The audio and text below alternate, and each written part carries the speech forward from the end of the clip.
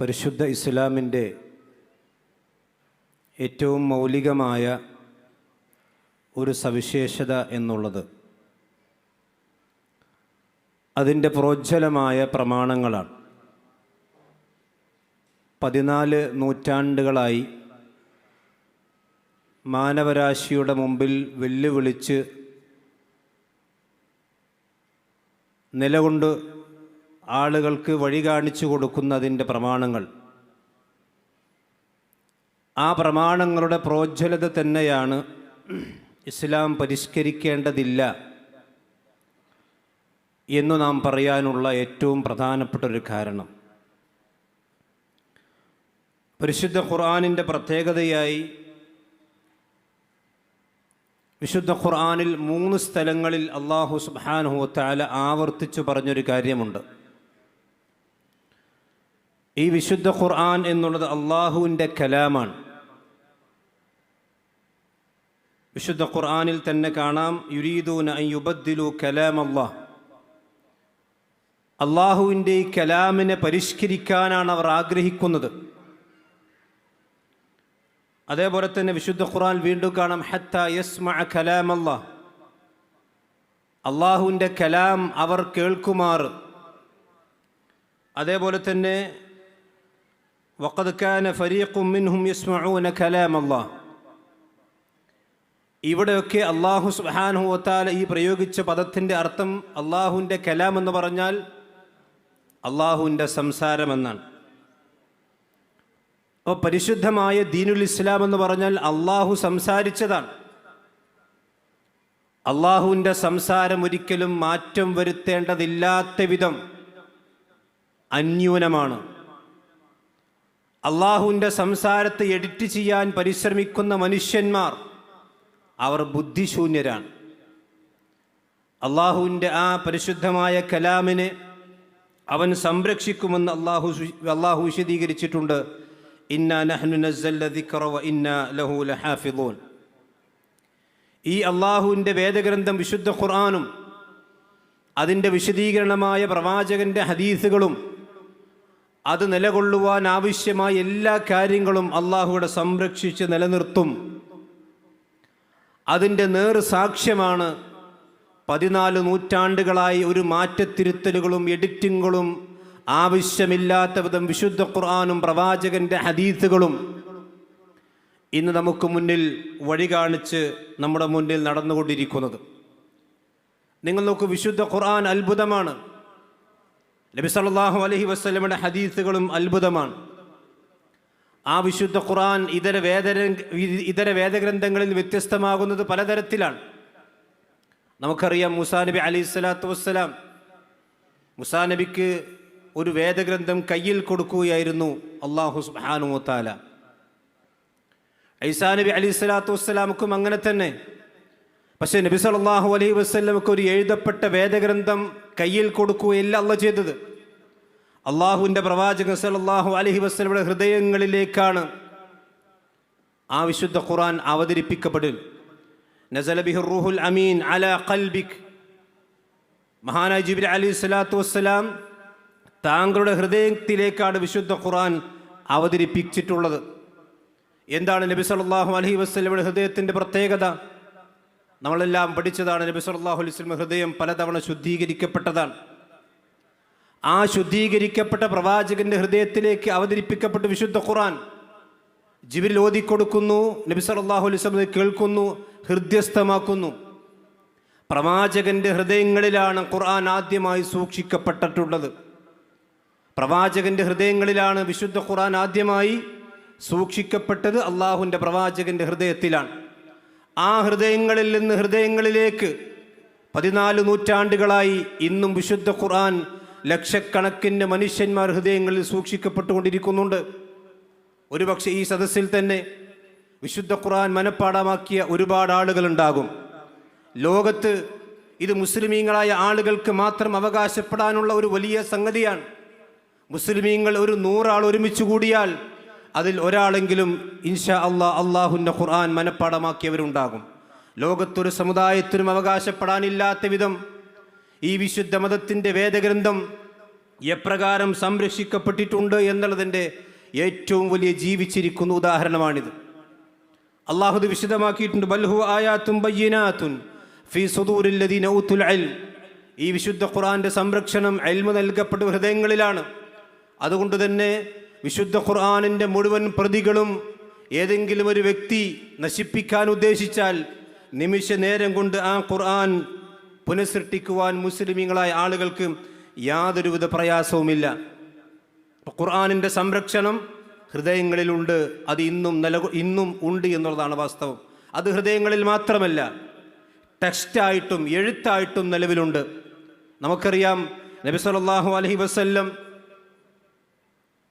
അദ്ദേഹത്തിന് വഹി ഇറങ്ങുന്ന സന്ദർഭങ്ങളിൽ നബി സല്ലല്ലാഹു അലൈഹി വസല്ലമക്ക് പ്രത്യേകമായി ചില സഹാബത്തുണ്ടായിരുന്നു. കുത്താബുൽ വഹി, വഹി എഴുതി വെക്കാൻ പ്രത്യേകമായ പരിശീലനം ലഭിച്ച നല്ല അഭ്യസ്ത വിദ്യരായ സഹാബത്ത് അവരെ പ്രവാചകൻ പ്രത്യേകമായി കൊണ്ട് തെരഞ്ഞെടുത്ത് അവരതിന് നിയോഗിച്ചിരുന്നു. സെയ്ദ് ഇബ്നു സാബിത്ത് റളിയല്ലാഹുവിന്റെ നേതൃത്വത്തിൽ ഒരു സംഘം തന്നെ അതിനുവേണ്ടി പ്രവർത്തിച്ചിരുന്നു. അവർ എഴുതിയതാണ് നമ്മുടെ കയ്യിലുള്ള ഇന്നത്തെ മുസ്ഹഫായി അറിയപ്പെടുന്ന വിശുദ്ധ ഖുർആൻ. നിങ്ങൾ നോക്കണം, ഇന്ന് നമ്മൾ പാരായണം ചെയ്തുകൊണ്ടിരിക്കുന്ന സൂറത്തുൽ ഫാത്തിഹ മുതൽ സൂറത്തുൻ നാസ് വരെയുള്ള നമ്മുടെ കയ്യിലുള്ള മുസ്ഹഫ്, അത് നബി സല്ലല്ലാഹു അലൈഹി വസല്ലമയുടെ കാലഘട്ടത്തിൽ നബി സല്ലല്ലാഹു അലൈഹി വസല്ലമയുടെ നിർദ്ദേശപ്രകാരം തന്നെ എഴുതിയതാണ് എന്നുള്ളതിൻ്റെ ജീവിച്ചിരിക്കുന്ന രേഖകൾ നമ്മളെല്ലാവരും ഓതിക്കൊണ്ടിരിക്കുന്ന മുസ്ഹഫിൻ്റെ ആദ്യ ഭാഗത്ത് നമുക്ക് കാണാൻ കഴിയും. ഒരുപക്ഷെ നമ്മൾ ശ്രദ്ധിച്ചിട്ടുണ്ടാവുകയില്ല. മദീനയിൽ നിന്നും അതുപോലെ തന്നെ ഔദ്യോഗികമായി ഖുർആൻ പ്രിന്റ് ചെയ്യുന്ന എല്ലാ സ്ഥലങ്ങളിൽ നിന്നും പുറത്തിറക്കുന്ന മുസ്ഹഫുകളിൽ നമുക്ക് സ്ക്രീനിൽ കാണാവുന്ന പോലെ ഇപ്രകാരം ഒരു എഴുത്ത് കാണാൻ കഴിയും. എന്താണത്? നമ്മളിന്ന് ഉപയോഗിച്ചുകൊണ്ടിരിക്കുന്ന ഖുർആൻ അത് ലോകത്തിൻ്റെ ഏത് പ്രസ്സിൽ നടിച്ചാലും ഒരു അക്ഷരത്തിന് പോലും മാറ്റം വരുത്താൻ സാധ്യമല്ലാത്ത വിധം അത് സംരക്ഷിക്കപ്പെട്ടിട്ടുണ്ട്. എന്താണ് ആ മുസ്ഹഫിൽ എഴുതപ്പെടുന്ന? കുതിബ ഹാദൽ മുസ്ഹഫ് വളുബിത അലാ മാ യുവാഫിഖു റിവായത്ത് Hafs bin Sulaiman ibn Mughira al Asadi al Kufi ലിഖറാഅത്ത് al-ഇമാം ആസിം ബിൻ അബി നജൂദ് al-കൂഫി at-താബിഈ عن أبي عبد الرحمن عبد الله بن حبيب السلمي عن عثمان بن عفان وعلي بن أبي طالب وزيد بن ثابت وأبي بن كعب رضي الله عنهم عن النبي صلى الله عليه وسلم. നമ്മൾ ഇന്ന് ഓതിക്കൊണ്ടിരിക്കുന്ന ഖുർആനിൻ അത് റസൂലുള്ളാഹി സ്വല്ലല്ലാഹു അലൈഹി വസല്ലം വരേക്കും എത്തുന്ന സനദാണ്, പരമ്പരയാണ്. നമ്മുടെ മുസ്ഹഫിൻ്റെ ആദ്യ ഭാഗത്ത് നമുക്ക് കാണാൻ കഴിയുക. എന്താണ് എഴുതിയിട്ടുള്ളത്? നബി സല്ലല്ലാഹു അലൈഹി വസല്ലമയിൽ നിന്ന് കേട്ടതുപോലെ, പ്രവാചകൻ എഴുതാൻ നിർദ്ദേശിച്ചതുപോലെ അലി ബിൻ അബി ത്വാലിബും ഉസ്മാൻ ബിൻ അഫ്ഫാനും അതുപോലെ തന്നെ സെയ്ദ് ബിൻ സാബിത്തും ഒക്കെ എഴുതിയതുപോലെയുള്ള അതേ എഴുത്ത് തന്നെയാണ്. ഒരു വ്യത്യാസവുമില്ല. ഒരു ഹർഫിൽ പോലും വ്യത്യാസമില്ല. ഒരു അലിഫിൽ പോലും വ്യത്യാസമില്ല. ഇത് ആർജവത്തോടുകൂടി പറയാൻ ഇന്ന് ഭൂമിക്ക് മുകളിൽ മുസ്ലിമീങ്ങൾക്ക് മാത്രമേ സാധിക്കുകയുള്ളൂ. അതുകൊണ്ടാണ് നമ്മൾ ആവർത്തിച്ചു പറയുന്നത്, ഇതിന് തിരുത്തേണ്ട ആവശ്യമില്ല. ഇത് തിരുത്താൻ ശ്രമിക്കുന്നവർ വിഡ്ഢികളാണ്. ഞാനൊരു ഉദാഹരണം കാണിക്കാം. വിശുദ്ധ ഖുർആനിലെ സൂറത്ത് ത്വാഹയിലെ 69-ാമത്തെ ആയത്ത് നിങ്ങൾ മറിച്ചു നോക്കൂ. ആ ആയത്തിൻ്റെ ഒരു പ്രത്യേകതയുണ്ട്. വിശുദ്ധ ഖുർആൻ നബി സല്ലല്ലാഹു അലൈഹി വസല്ലമയുടെ കാലഘട്ടത്തിൽ എഴുതപ്പെട്ടതിൽ ഒരു അക്ഷരം പോലും മാറ്റം വരുത്തിയിട്ടില്ല എന്നുള്ളതിന് ജീവിച്ചിരിക്കുന്ന തെളിവാണിത്. ഈ ആയത്തിൽ അല്ലാഹു പറയുന്നു, അൽഖിമാ ഫീ യമീനിക് തൽഖഫ് മാ സനഉ ഇന്നമാ സനഉ കൈദു സാഹിരിൻ വലാ യുഫ്ലിഹു സാഹിറു ഹൈസു അതാ. സ്ക്രീൻ നിങ്ങൾക്ക് കാണാം. ഒരു ആയത്തിൽ 2 തവണ സാഹിർ എന്ന പദം വന്നിരിക്കുന്നു. ആ 2 സാഹിർ എന്ന പദവും 2 രൂപത്തിലാണ് എഴുതിയിട്ടുള്ളത്. ഒരു ആയത്തിൽ ഒരേ പദം 2 രൂപത്തിലാണ് എഴുതിയിട്ടുള്ളത്. എന്തുകൊണ്ടാണ് ഇങ്ങനെ എഴുതപ്പെട്ടിട്ടുള്ളത്? ആദ്യത്തെ സാഹിർ എന്നത് സീനും ഹാം കൂട്ടിയിട്ടാണ് എഴുതിയിട്ടുള്ളത്. രണ്ടാമത്തെ സാഹിർ സീനിന് ശേഷം അലിഫിട്ട് കൊണ്ടാണ് എഴുതിയിട്ടുള്ളത്.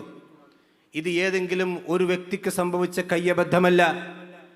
നബി സല്ലല്ലാഹു അലൈഹി വസല്ലമയിൽ നിന്ന് കേട്ട് സെയ്ദ് ബിൻ സാബിത്ത് റളിയല്ലാഹു അൻഹും അലി ബിൻ അബി താലിബും എഴുതിയത് അതേപോലെ ഈ പ്രസംഗിച്ചുകൊണ്ടിരിക്കുന്ന ഈ നിമിഷം വരേക്കും ലോകത്തുള്ള കോടിക്കണക്കിന് മുസ്ഹഫുകളുടെ പ്രതികളിൽ ഈ അലിഫിൽ മാറ്റം വന്നിട്ടില്ല.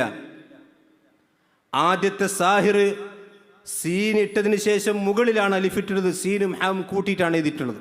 എന്തുകൊണ്ടാണ് അങ്ങനെ എഴുതിയത്? നമുക്കറിയാം, നബി സല്ലല്ലാഹു അലൈഹി വസല്ലമക്ക് അവതരിപ്പിക്കപ്പെട്ട വിശുദ്ധ ഖുർആൻ 7ഓളം രൂപങ്ങളിലാണ് അവതരിപ്പിച്ചിട്ടുള്ളത്. ഒരായത്ത് തന്നെ ചിലപ്പോൾ നബി സല്ലല്ലാഹു അലൈഹി വസല്ലം 7 രൂപത്തിൽ ഓതിക്കൊടുക്കും സഹാബത്തിന്. ആ 7 രൂപങ്ങളുടെയും ഓത്തിനെ ഉൾക്കൊണ്ടുകൊണ്ടുള്ള എഴുത്താണ് നബി സല്ലല്ലാഹു അലൈഹി വസല്ലം എഴുതാൻ നിർദ്ദേശിച്ചത്. ഇവിടെ സെയ്ദ് ഇബ്നു സാബിത്ത് റളിയല്ലാഹു അൻഹു അവിടെ എഴുതിയപ്പോൾ ഇന്നമാ സനഉ കൈദു സാഹിരിൻ എന്ന് നബി സല്ലല്ലാഹു അലൈഹി വസല്ലം ഓതിയത് അത് ഓതാൻ കഴിയണം. അതേപോലെ തന്നെ ഇന്നമാ സനഉ കൈദു സിഹ്രിൻ എന്നും പ്രവാചകൻ ഓതിയിട്ടുണ്ട്. കൈദു സാഹിരിൻ എന്നും ഓതിയിട്ടുണ്ട്, കൈദു സിഹ്രിൻ എന്നും റസൂൽ ഓതിയിട്ടുണ്ട്. അപ്പോൾ കൈദു സിഹ്രിൻ എന്ന് ഓതിയാലും ഈ മുസ്ഹഫിൽ ഓതാൻ കഴിയണം. അതുപോലെ തന്നെ കൈദു സാഹിരിൻ എന്നും ഓതാൻ കഴിയണം, കൈദു സിഹ്രിൻ എന്ന് ഓതാൻ കഴിയണം. 2 രൂപത്തിലും ഓതാൻ കഴിയണമെങ്കിൽ സീനും ഹാവും കൂട്ടി എഴുതണം. അതേ സമയത്ത് തൊട്ടടുത്ത് വരുന്ന വലായുഫിലുഹു സാഹിർ എന്ന് പറയുന്നത് അവിടെ റസൂലുള്ള വലായുഫിലുഹു സാഹിർ എന്ന് മാത്രമേ ഓതിയിട്ടുള്ളൂ, അവിടെ സിഹ്റെന്ന് ഓതിയിട്ടില്ല. നിങ്ങൾ ആലോചിച്ച് നോക്കണം. 14 നൂറ്റാണ്ടായി ലോകത്ത് മുസ്ഹഫ് അടിക്കുന്നൊരു പ്രസ്സുകാരന് തോന്നിയോ എന്താണ് ഒരു ആയത്തിൽ ഒരേ പദം ആവർത്തിച്ചപ്പോൾ ഒരു സ്ഥലത്ത് അലിഫ് ഇട്ടു, മറ്റേ സ്ഥലത്ത് അലിഫ് വിട്ടു? അത് അബദ്ധമല്ലേ? അബദ്ധമല്ല. ഇതാണ് ഞങ്ങൾ മുസ്ലിമീങ്ങൾ പറഞ്ഞുകൊണ്ടിരിക്കുന്ന ഖുർആനിൽ ഒരു വള്ളിക്കും പുള്ളിക്കും വ്യത്യാസം വന്നിട്ടില്ല. ഇനി ആരെങ്കിലും അങ്ങനെ വരുത്താൻ ശ്രമിച്ചാൽ അത് സാധിക്കുകയുമില്ല. കാരണം എന്താണ്? ടെക്സ്റ്റിൽ മാറ്റിയാലും ഹൃദയത്തിൽ മാറ്റാൻ സാധ്യമല്ലാത്തത് ഞാൻ നേരത്തെ പറഞ്ഞല്ലോ, അങ്ങനെ സംരക്ഷിക്കപ്പെട്ടിട്ടുണ്ട്. ഇത് ഈ വിശുദ്ധ വേദഗ്രന്ഥത്തിനല്ലാതെ ലോകത്ത് ഏതൊരു ഗ്രന്ഥത്തിനാണ് സഹോദരന്മാരെ അവകാശപ്പെടാനുള്ളത്? ഇത് മുസ്ലിമീങ്ങളായ ആളുകൾ കൃത്യമായി കൊണ്ട് മനസ്സിലാക്കണം. അതുകൊണ്ട് തന്നെ അള്ളാഹുവിൻ്റെ കലാമിൽ ഒരക്ഷരവും മാറിയിട്ടില്ല, അത് മാറ്റേണ്ട ആവശ്യവുമില്ല. ഇനി നബി സല്ലല്ലാഹു അലൈഹി വസല്ലമയുടെ ഹദീസുകൾ എടുത്ത് പരിശോധിക്കാം. പ്രവാചകന്റെ ഹദീസുകൾ ഈ വിശുദ്ധ ഖുർആൻ ക്രോഡീകരിച്ചതുപോലെ തന്നെ ഒരു വ്യത്യാസവുമില്ലാതെ ക്രോഡീകരിക്കപ്പെട്ടതാണ്. ചില ആളുകൾ എങ്കിലും സംശയിക്കുന്നതാണ്, റസൂലുള്ളാഹിന്റെ കാലഘട്ടത്തിൽ ഖുർആനൊക്കെ ഉണ്ട്, റസൂലുള്ളാഹിന്റെ ഹദീസൊക്കെ ഉണ്ടോന്നാ. വിശുദ്ധ ഖുർആൻ എന്നുണ്ടോ അന്ന് റസൂലുള്ളാഹിന്റെ ഹദീസുമുണ്ട്. ആർക്കും ഒരു സംശയത്തിനും ഇടയില്ലാത്ത വിധം മനസ്സിലാക്കിക്കോളൂ. എന്ന് ഖുർആനുണ്ടോ അന്ന് റസൂലുള്ളാഹിന്റെ ഹദീസുമുണ്ട്. എന്ന് ഖുർആൻ എഴുതപ്പെട്ടിട്ടുണ്ടോ അന്ന് പ്രവാചകന്റെ ഹദീസുകളും എഴുതപ്പെട്ടിട്ടുണ്ട്. നമ്മളത് മനസ്സിലാക്കിയിട്ടില്ലെങ്കിൽ നമ്മുടെ ജഹാലത്തിന് ഇസ്ലാം ഉത്തരവാദിയല്ല. നിങ്ങൾ നോക്കൂ, എത്രമാത്രം ശക്തമായ പ്രവർത്തനങ്ങളിലൂടെയാണ് പരിശുദ്ധമായ ഹദീസുകൾ ക്രോഡീകരിച്ചിട്ടുള്ളത്. ഒരു ഹദീസ് സ്വഹീഹായി വരാൻ ഒരുപാട് കടമ്പകളുണ്ട്. നിങ്ങൾക്ക് സ്ക്രീനിൽ കാണാം, 5 മർഹലുകൾ കടന്നുകൊണ്ടാണ് ഒരു ഹദീസിനെ സംബന്ധിച്ചിടത്തോളം പണ്ഡിതന്മാർ സ്വഹീഹാണെന്ന് രേഖപ്പെടുത്തുക. അതല്ലാതെ ഖാല റസൂലുള്ളാഹി എന്ന് കേട്ടാൽ ഇത് ഇസ്ലാമിൽ പ്രമാണം എന്നാരും പറയാറില്ല. അങ്ങനെയാണ് ചില ആളുകൾ ഹദീസിനെ മനസ്സിലാക്കി. തെറ്റാണ്. ഒരു ഹദീസ് റസൂൽ ഉദ്ധരിക്കപ്പെട്ട് കഴിഞ്ഞാൽ ആ ഹദീസിനെ സംബന്ധിച്ചിടത്തോളം അതിൻ്റെ 1-ാമത്തെ ഘട്ടം അതിൻ്റെ സനദിലേക്ക് പരിശോധിക്കും. അത് മർഫു ആണോ, പ്രവാചകൻ പറഞ്ഞതാണോ, സഹാബിമാർ പറഞ്ഞതാണോ, താബിങ്ങൾ പറഞ്ഞതാണോ പരിശോധിക്കും. 2-ാമത്തത് ഈ ഹദീസിൻ്റെ വിഷയത്തിൽ വന്നിട്ടുള്ള മുഴുവൻ തുർക്കുകളും അഥവാ മുഴുവൻ സനദുകളും ഒരുമിച്ച് കൂട്ടും. 3-ാമത്തെ ഘട്ടം ആ ഒരുമിച്ച് കൂട്ടിയ സനദുകളെ മുഴുവനും പഠന വിധേയമാക്കും, സൂക്ഷ്മമായ പഠനങ്ങൾക്ക് വിധേയമാക്കും. 4-ാമത്തെ ഘട്ടം ഈ ഹദീസിന് സമാനമായ ഇതിൻ്റെ ആശയങ്ങൾ ഉൾക്കൊള്ളുന്ന മറ്റു ഹദീസുകളുണ്ടെന്ന് പരിശോധിക്കും. 5-ാമത്തെ കാര്യമാണ് ഈ ഹദീസ് സ്വഹീഹാണോ ദഈഫാണോ, പ്രവാചകൻ പറഞ്ഞതാണോ അല്ലെന്ന് ഉറപ്പുവരുത്തുക. ഇത് വളരെ ശ്രമകരമായ പ്രക്രിയയാണ്. ഞാൻ ചില ഒറ്റ ഹദീസിൻ്റെ ഉദാഹരണം മാത്രം ഞാൻ നിങ്ങളുടെ ശ്രദ്ധയിൽ കൊണ്ടുവരാം. ഹദീസുകളെ പരിഹസിക്കുന്ന, ഇസ്ലാമിൻ്റെ അടിസ്ഥാന പ്രമാണങ്ങളെ കൊച്ചാക്കുന്ന ഒരുപാട് വിവരമില്ലാത്ത ആളുകൾ സമൂഹത്തിൽ വർദ്ധിച്ചു വരികയാണ്. അവർക്ക് എന്താണ് ഹദീസ്? ഖുർആനാണെങ്കിലും ഒക്കെ, ഹദീസാണെങ്കിൽ ഇങ്ങോട്ട് പറയണ്ട എന്നാ. ഈ ഖുർആൻ നമുക്ക് കിട്ടിയ കൈകളിലൂടെ തന്നെയാണ് ഹദീസ് കിട്ടിയത്. ഖുർആൻ എഴുതി വെച്ച കൈകളിലൂടെ തന്നെയാണ് ഹദീസും എഴുതപ്പെട്ടിട്ടുള്ളത്. നിങ്ങൾ നോക്കൂ, ഇമാം ബുഖാരി ഉദ്ധരിക്കുന്ന അദ്ദേഹത്തിൻ്റെ കിതാബുൽ ഈമാനിൽ ബുഖാരിയിലെ 9-ാമത്തെ ഹദീസ്. ആ ഹദീസിനെ സംബന്ധിച്ച് നമുക്ക് ചെറുതായിട്ടൊരു പഠനം നടത്താം. ഹദീസ് ഇങ്ങനെയാണ്: ഖാല ഹദ്ദസന അബ്ദുല്ലാഹി ഇബ്നു മുഹമ്മദ് ഖാല ഹദ്ദസന അബു ആമിർ അൽ-അഖദി. 2 പേര് മാത്രമേ ഞാൻ വായിക്കുന്നുള്ളൂ, ബാക്കി നിങ്ങൾക്ക് സ്ക്രീനിൽ നോക്കാം. ഇത് ഇമാം ബുഖാരി റഹ്മത്തുള്ളാഹി ഉദ്ധരിച്ച ഒരു ഹദീസാണ്, സ്വഹീഹ് ഹദീസാണ്. ഹദീസിൻ്റെ മത്തിൻ അൽ-ഈമാനു ബിദ്ഉൻ വസബ്ഊന ശുഅബ വൽ ഹയാഉ ശുഅബത്തുൻ മിനൽ ഈമാൻ. ഈമാൻ 70 ചില്ലാനം ശാഖകളാണ്, ലജ്ജ അതിൻ്റെ ഒരു ഭാഗമാണ്. ഈ ഹദീസ് ഇമാം ബുഖാരി റഹ്മത്തുള്ളാഹി ഉദ്ധരിക്കുമ്പോൾ എത്ര ശ്രമകരമായ പഠനങ്ങളാണ് അതിന് പിന്നിൽ നടന്നിട്ടുള്ളത്. അതിൽ ഇമാം ബുഖാരിയുടെ ഉസ്താദ് അബ്ദുല്ലാഹിബിനു മുഹമ്മദ് എന്ന് പറയുന്ന വ്യക്തിയാണ്. അബ്ദുല്ലാഹിബിൻ മുഹമ്മദ്, നമ്മൾ ശരിക്കും ശ്രദ്ധിക്കണം. അബ്ദുല്ലാഹിബിൻ മുഹമ്മദ് എന്ന വ്യക്തിയിൽ നിന്നാണ് ഇമാം ബുഖാരി റഹ്മത്തുള്ളാഹി അലൈഹി ഈ ഹദീസ് ഉദ്ധരിക്കുന്നത്. ശരി, ഈ അബ്ദുല്ലാഹിബിൻ മുഹമ്മദ് എന്ന് പറയുന്ന വ്യക്തി ആരാണെന്നറിയണം, അദ്ദേഹം ഏത് നാട്ടുകാരാണെന്നറിയണം, അദ്ദേഹം എവിടെ ജനിച്ചു എന്നറിയണം, അദ്ദേഹം ഏതൊക്കെ നാട്ടിലേക്ക് യാത്ര ചെയ്തു എന്നറിയണം, അദ്ദേഹം ആരൊക്കെ കണ്ടുമുട്ടിയെന്നറിയണം, അദ്ദേഹം ആരിൽ നിന്നൊക്കെ ഹദീസുകൾ സ്വീകരിച്ചു എന്നറിയണം. അതിന് ഈ അബ്ദുല്ലാഹിബിൻ മുഹമ്മദിനെ പോലെയുള്ള വേറെയും ഒരുപാട് അബ്ദുല്ലാഹിബിൻ മുഹമ്മദ്മാരുണ്ട്. നിങ്ങൾക്ക് സ്ക്രീനിൽ കാണാം. ഹദീസിൻ്റെ ഗ്രന്ഥങ്ങളിൽ മൊത്തം ഏകദേശം 23ഓളം അബ്ദുല്ലാഹിബിനു മുഹമ്മദ്മാരുണ്ട്. 23ഓളം അബ്ദുല്ലാഹിബിൻ മുഹമ്മദ്മാർ. ഈ 23 അബ്ദുല്ലാഹിബിൻ മുഹമ്മദ്മാരിൽ നിന്ന് ഇമാം ബുഖാരി ഉദ്ധരിച്ചിട്ടുള്ള അബ്ദുള്ളയെ കണ്ടെത്തണം. ഇതൊന്നും ഒരു ദിവസം കൂടെ നടക്കുന്ന, ഒരു നിമിഷം കൂടെ നടക്കുന്ന പ്രക്രിയയല്ല. ഒരുപാട് മനുഷ്യാധ്വാനങ്ങൾ ഇതിൻ്റെ പിന്നിൽ ആവശ്യമുണ്ട്. അങ്ങനെ ഈ 23 അബ്ദുല്ലാഹിബിൻ മുഹമ്മദ്മാരിൽ നിന്നും ഇമാം ബുഖാരി ഉദ്ധരിച്ചിട്ടുള്ള അബ്ദുല്ലാഹിബിൻ മുഹമ്മദ് ആരാണ്? അതെങ്ങനെ കണ്ടെത്തുക? സഹീഹുൽ ബുഖാരിയിലുള്ള അബ്ദുല്ലാഹിബിൻ മുഹമ്മദ്മാരെ കണ്ടെത്തണം. അത് 11 ആളുകളാണ്. ഈ 11 ആളുകളിൽ നിന്നാണ് ഇനി നമുക്ക് ഇമാം ബുഖാരിയുടെ ഉസ്താദായിട്ടുള്ള അബ്ദുല്ലാഹിബിൻ മുഹമ്മദിനെ കണ്ടെത്തേണ്ടത്.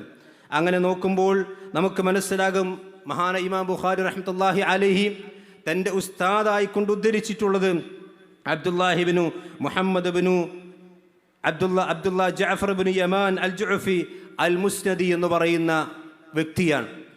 അപ്പോൾ നിങ്ങൾ ആലോചിച്ച് നോക്കണം, മൊത്തം അബ്ദുള്ളമാരെ കണ്ടെത്തി, അതിൽ നിന്ന് സഹീഹുൽ ബുഖാരിയിലെ അബ്ദുള്ളമാരെ കണ്ടെത്തി, അതിൽ നിന്ന് ഇമാം ബുഖാരിയുടെ ഇമാം ബുഖാരി ഉദ്ധരിച്ച അബ്ദുള്ളയെ കണ്ടെത്തുക എന്നുള്ളത് തന്നെ വലിയ ശ്രമകരമായ ജോലിയാണ്.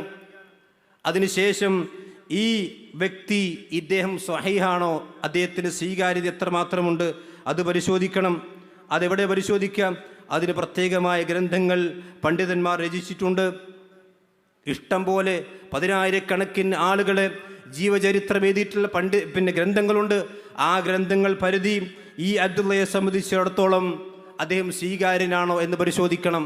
അങ്ങനെ പരിശോധിക്കുമ്പോൾ നമുക്ക് മനസ്സിലാകും, ഇമാം ദഹബയും ഇബ്നു ഹജർ അസ്ഖലാനിയും മഹാരഥന്മാരെ മുഴുവൻ പണ്ഡിതന്മാരും ഈ അബ്ദുള്ളയെ സംബന്ധിച്ചിടത്തോളം സ്വീകാര്യനാണ് എന്നാണ് പറഞ്ഞിട്ടുള്ളത്. ശരി, തീർന്നിട്ടില്ല. അബ്ദുള്ള സ്വീകാര്യനായാൽ മാത്രം പോരാ, ഈ അബ്ദുല്ലാഹിബിനു മുഹമ്മദ് എന്ന് പറയുന്ന വ്യക്തി ഇമാം ബുഖാരിയെ കണ്ടിട്ടുണ്ടോ എന്നാണ് അടുത്ത പരിശോധന. ഇമാം ബുഖാരിയെ കണ്ടിട്ടില്ലെങ്കിൽ അവിടെ സനദ് മുറിഞ്ഞു പോകും. അങ്ങനെ ഇമാം ബുഖാരിയെ കണ്ടിട്ടുണ്ട് എന്ന് വ്യക്തമായ തെളിവിൻ്റെ അടിസ്ഥാനത്തിൽ നമുക്ക് ബോധ്യപ്പെട്ടെങ്കിലേ ആ ഹദീസ് സ്വഹീഹായി സ്വീകരിക്കാൻ പറ്റൂ. ഇമാം ബുഖാരി പറഞ്ഞോട്ട് സ്വീകരിക്കൂല, ഇമാം ബുഖാരി ആര് പറഞ്ഞാലും സ്വീകരിക്കൂല, വ്യക്തമായ തെളിവ് വേണം. അങ്ങനെ നമ്മൾ പരിശോധിക്കുമ്പോൾ നമുക്ക് കാണാം, ഇദ്ദേഹം അബ്ദുല്ലാഹിബിൻ മുഹമ്മദ് പറഞ്ഞ വ്യക്തി ബുഖാറക്കാരനാണ്, ഇമാം ബുഖാരിയുടെ നാട്ടുകാരനാണ്. രണ്ടാമത്തെ കാര്യം, ഇമാം ബുഖാരി റഹ്മത്തുള്ളാഹി അലൈഹി തന്നെ അദ്ദേഹത്തെ വാസിത്തിൽ വെച്ചുകൊണ്ട് നേരിട്ട് ഇറാഖിൽ വെച്ചുകൊണ്ട് തന്നെ വീണ്ടും അദ്ദേഹത്തെ കണ്ടതായിക്കൊണ്ട് രേഖപ്പെടുത്തിയിട്ടുണ്ട്. അപ്പോൾ ഉറപ്പായി ഇമാം ബുഖാരി ഇദ്ദേഹത്തെ കണ്ടിട്ടുണ്ട്. അപ്പോൾ ഒരു സനദിലെ ലക്ഷക്കണക്കിന് ഹദീസിൻ്റെ ഒരു സനദിലെ ഒരു പരമ്പര പരിശോധിക്കാനാണ് ഇത്ര സമയമെടുത്തിട്ടുള്ളത്. ഇനി ആ ഹദീസിൻ്റെ രണ്ടാമത്തെ വ്യക്തി ആരാണ്? മഹാനായ അബ്ദുല്ലാഹിബിൻ മുഹമ്മദിൽ നിന്ന് ഹദീസ് ഉദ്ധരിക്കുന്ന വ്യക്തി അബൂ ആമിർ അൽ അഖദി എന്ന് പറയുന്ന വ്യക്തിയാണ്. അബൂ ആമിർ അൽ അഖദി. ഈ അബൂ ആമിറിനെ കണ്ടെത്തുക എന്നുള്ളത് ആദ്യത്തെ വ്യക്തിയെ കണ്ടെത്തുന്നേക്കാൾ കുറച്ചുകൂടി പ്രയാസമാണ്. കാരണം അബൂ ആമിർ എന്നത് ഒരു മനുഷ്യൻ്റെ പേരല്ല, അദ്ദേഹത്തിൻ്റെ വിളിപ്പേരാണ്, കുനിയത്താണ്. കുനിയത്ത് അറിയപ്പെട്ട ആളുകളുണ്ടാകും, അവൻ്റെ പേര് ചിലപ്പോൾ അവ്യക്തമായിരിക്കാം. ചിലപ്പോൾ പേരിൽ അറിയപ്പെട്ട ആളുകളുണ്ടാകും, അവർ കുനിയത്ത് അവ്യക്തമായിരിക്കാം. അപ്പോൾ ആരാണ് ഈ അബൂ ആമിർ? ഇത് കണ്ടെത്തണം. അപ്പോൾ അത് കണ്ടെത്താൻ വേണ്ടി നമ്മൾ ഹദീസിൻ്റെ ഗ്രന്ഥങ്ങളിലേക്ക് പോകുന്നു. അപ്പോൾ അബൂ ആമിർ ഇമാം ബുഖാരിയുടെ ഉസ്താദായ അബ്ദുല്ലാഹിബിൻ മുഹമ്മദിൻ്റെ ഉസ്താദിനെ അബൂ ആമിർ ആരാണെന്നാണ് പരിശോധിക്കേണ്ടത്. അപ്പോൾ അബ്ദുല്ലാഹിബിൻ മുഹമ്മദിൽ നിന്ന് അദ്ദേഹം ഹദീസ് ഉദ്ധരിച്ച അബൂ ആമിർ ആരാണെന്ന് പരിശോധിക്കണം. അപ്പോൾ ചരിത്രത്തിൽ നമുക്ക് രണ്ട് അബൂ ആമിറിനെ കാണാൻ കഴിയും. ആരാണത്? അബൂ ആമിറിൻ്റെ പേര് പരിശോധിക്കുമ്പോൾ നമുക്ക് കാണാം, അത് അബ്ദുൽ മലിക് ബിൻ അംർ. രണ്ട് അബ്ദുൽ മലിക് ബിൻ അംർ ഉണ്ട് ഇസ്ലാമിക ചരിത്രത്തിൽ. ഹദീസിൻ്റെ ഗ്രന്ഥങ്ങൾ പരിശോധിക്കുമ്പോൾ രണ്ട് അബ്ദുൽ മലിക് ബിൻ അംർ ഉണ്ട്. അതിൽ ഇമാം ബുഖാരിയുടെ പരമ്പരയിൽ വന്ന അബ്ദുൽ മലിക് ബിൻ അംർ ഏതാണ്? കാരണം ഈ അബ്ദുൽ മലിക് ബിൻ അംറിന് പ്രത്യേകതയുണ്ട്. ഒരു അബ്ദുൽ മലിക് ബിൻ അംർ സ്വഹീഹാണ്, മറ്റേ അബ്ദുൽ മലിക് ബിൻ അംർ ദഈഫാണ്. അപ്പോൾ ഇമാം ബുഖാരി ഉദ്ധരിച്ച അബ്ദുൽ മലിക് ബിൻ അംർ ആരാണ്? അത് പരിശോധിക്കുമ്പോൾ നമുക്ക് മനസ്സിലാകും അതിലൊന്നാമത്തെ Abdul Malik bin Amr bin Qais al അൻസാരിയാണ്. ഇതൊക്കെ കൃത്യമായി കൊണ്ട് പരിശോധിച്ചതിന് ശേഷം മാത്രമാണ് ഒരു ഹദീസിനെ സംബന്ധിച്ചിടത്തോളം നമ്മൾ സഹീഹെന്നോ ദഈഫെന്നോ ഒന്നൊക്കെ പരിശോധിക്കുന്നത്. ഇനി മാത്രവുമല്ല, ഈ ഹദീസിൻ്റെ സനദിലുള്ള ആളുകളെ സംബന്ധിച്ച് അയാൾ സ്വീകാര്യനാണോ അല്ലെന്ന് പരിശോധിക്കാൻ വേണ്ടി ഇഷ്ടം പോലെ ഗ്രന്ഥങ്ങൾ പണ്ഡിതന്മാർ രേഖപ്പെടുത്തി നിങ്ങൾക്ക് സ്ക്രീനിൽ കാണാം. പിന്നെ അബൂ ഹാത്തിബിൻ്റെ ജർഹ് വ തഅദീൽ, ഇമാം ബുഖാരിയുടെ താരിഖുൽ കബീർ, അതുപോലെ ഇബ്ൻ ഹിബ്ബാൻ്റെ സിഖാത്തുകൾ, ഇങ്ങനെ എണ്ണിയാലൊടുങ്ങാത്ത ഒരുപാട് ഗ്രന്ഥങ്ങൾ. ഇതൊക്കെ പരിശോധിച്ചിട്ടാണ് ഒരു റാവിയെ സംബന്ധിച്ചിടത്തോളം അയാൾ സ്വീകാര്യനാണോ അല്ലേ എന്ന് പരിശോധിക്കുന്നത്. അതല്ലാതെ ഏതെങ്കിലും ഒരു കേട്ടുകേൾവിയുടെ അടിസ്ഥാനത്തിൽ ഒരു ഹദീസും ലോകത്ത് എഴുതി വച്ചിട്ടില്ല, മുസ്ലിമീങ്ങൾ അതൊട്ട് സ്വീകരിക്കുകയും ഇല്ല. നിങ്ങൾ ആലോചിച്ച് നോക്കും സഹോദരന്മാരെ, ഇങ്ങനെ റാവിമാരെ സംബന്ധിച്ചിടത്തോളം ഒരുപാട് പരിശ്രമങ്ങൾ നടക്കും. ഇനിയോ റാവിമാരെ സംബന്ധിച്ച് പണ്ഡിതന്മാർ 12ഓളം കാറ്റഗറിയാക്കി തിരിച്ചിട്ടുണ്ട്. ഹദീസിൻ്റെ റിപ്പോർട്ടർമാരെ അവരുടെ കാലഘട്ടം അനുസരിച്ച് കൊണ്ട് 12 ആക്കിക്കൊണ്ട്, അതുപോലെ തന്നെ അവരുടെ സ്വീകാര്യത അനുസരിച്ച് കൊണ്ടും 12 ആക്കി തിരിച്ചതായി നമുക്ക് സ്ക്രീനിൽ കാണാം. ഇങ്ങനെ 12 തബഖയിൽ ഒരു റാവിയെ കിട്ടിയാൽ, ഒരു റിപ്പോർട്ടറെ കിട്ടിയാൽ ആൾ ഏത് തബഖയിൽപ്പെട്ട ആളെന്ന് പരിശോധിക്കും. അയാളുടെ കാലഘട്ടം ഏതാണ്, അയാൾ സ്വഹീഹാണോ ദഈഫാണോ, ഇതൊക്കെ പരിശോധിച്ചു കൊണ്ടാണ് പണ്ഡിതന്മാർ ഒരു വിധി പ്രഖ്യാപിക്കാറുള്ളത്. ഇങ്ങനെ അത്ഭുതകരമായ ഒരുപാട് പ്രക്രിയകൾ കടന്നുകൊണ്ടാണ് പരിശുദ്ധമായ ഹദീസുകളെ മുസ്ലിമീങ്ങൾ ക്രോഡീകരിച്ചിട്ടുള്ളത്. ഇനിയും അതിൻ്റെ ആഴങ്ങളിലേക്ക് ഇറങ്ങിയാൽ ഒരു റാവിയെ സംബന്ധിച്ചു തന്നെ 2 പണ്ഡിതന്മാർ വ്യത്യസ്ത അഭിപ്രായങ്ങൾ പറഞ്ഞു. എന്ത് ചെയ്യണം? അതിനും പണ്ഡിതന്മാർക്ക് നിയമങ്ങളുണ്ട്. ഇനി ഒരേ പേരിൽ തന്നെ 2 വ്യക്തിമാരുണ്ടാവുക. ആ 2 വ്യക്തിമാർ ചിലപ്പോൾ ഒരാളിൽ നിന്ന് ഹദീസ് സ്വീകരിച്ചിട്ടുണ്ടാവുകയില്ല, മറ്റേയാളിൽ നിന്ന് ഹദീസ് സ്വീകരിച്ചിട്ടുണ്ടാകും. ഇതൊക്കെ കണ്ടെത്തുക എന്നുള്ളത് വളരെ ശ്രമകരമായ, വളരെ സസൂക്ഷ്മം നിർവഹിക്കേണ്ട അത്ഭുതകരമായ പ്രക്രിയകളാണ്. ഈ പ്രക്രിയകളുടെ മുഴുവൻ നതീജയാണ് ഇന്ന് നമ്മുടെ മുന്നിൽ കാണുന്ന ഹദീസ് ഗ്രന്ഥങ്ങൾ എന്ന് പറയുന്നത്. പക്ഷേ പലപ്പോഴും ആളുകൾ മനസ്സിലാക്കുന്നത് 2ാം നൂറ്റാണ്ട് കഴിഞ്ഞ് ഇമാം ബുഖാരി ബുഖാറിയിൽ നിന്നും ഇമാം മുസ്ലിം നൈസാബൂരിൽ നിന്നും അവർക്ക് കിട്ടിയ ചില ഹദീസുകളൊക്കെ കെട്ടിപ്പെറുക്കിയെടുത്ത് അത് മുസ്ലിമീങ്ങൾ പ്രമാണമെന്ന രീതിയിൽ കൊണ്ടു നടക്കുന്നു. അങ്ങനെയല്ല സഹോദരന്മാരെ.